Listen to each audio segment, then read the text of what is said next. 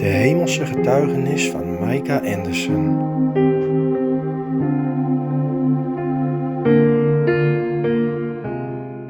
At the age of 13, Micah Anderson was described as a witty, bright, compassionate boy. Just a very funny goofball. Very, very kind and gentle. Micah was also a rising star on the motocross circuit until he was critically injured in an accident. He was gray, barely breathing, just like a little whimper. And every time he took a breath, I'm like, is he dead?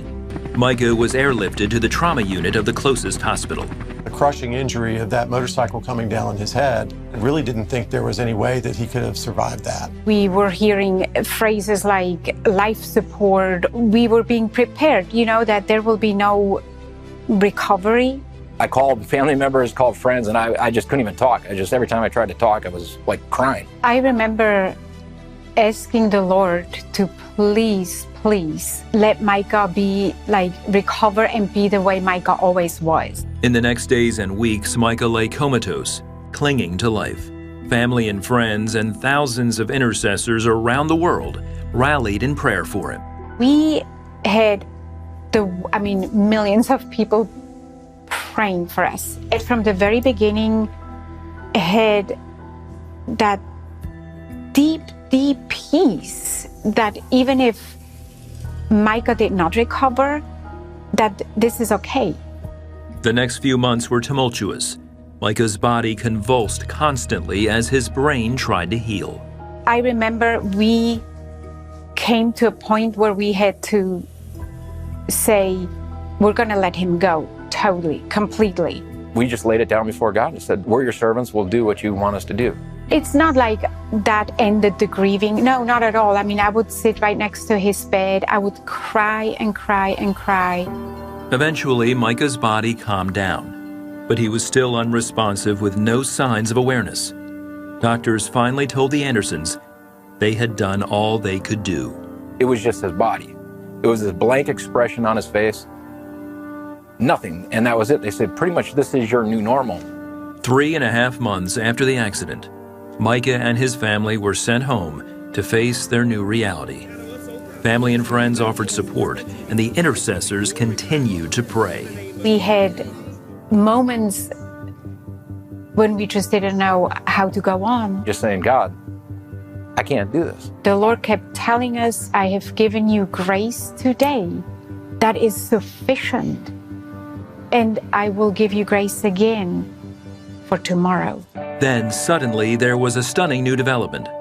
The Andersons' new normal was upended. Walking right in front of his bed, and I stubbed my toe. And all of a sudden, Mike is laying in bed there, and he starts chuckling at me.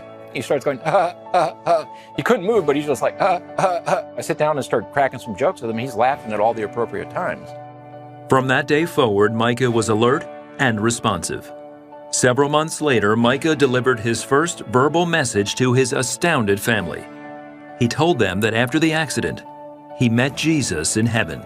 I turned around, and I was looking into the face of Christ, and the angels were just worshiping him. There is no explanation of how much joy I had.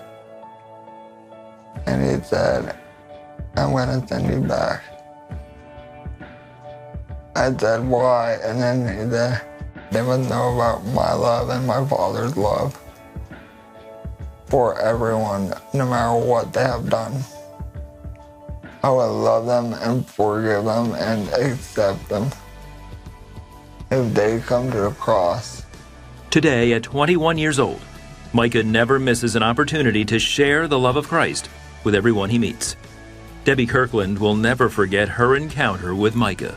I had experienced a major loss. And meeting Micah and his joy and his sharing his experience of entering into heaven, it impacted me so greatly.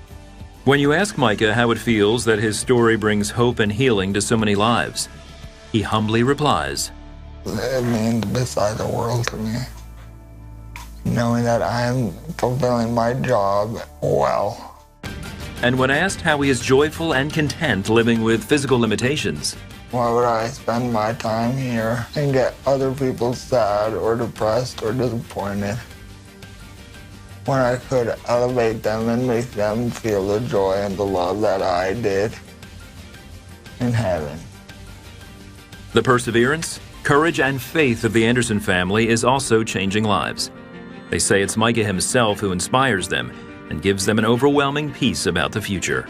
He encourages me every day. He always speaks life. He always encourages. He always lifts up. This was miraculous, goes without saying. I wouldn't deem to even predict what God has in store for him. Our life here on earth is short. And why would you like to waste your small time here on earth like being sad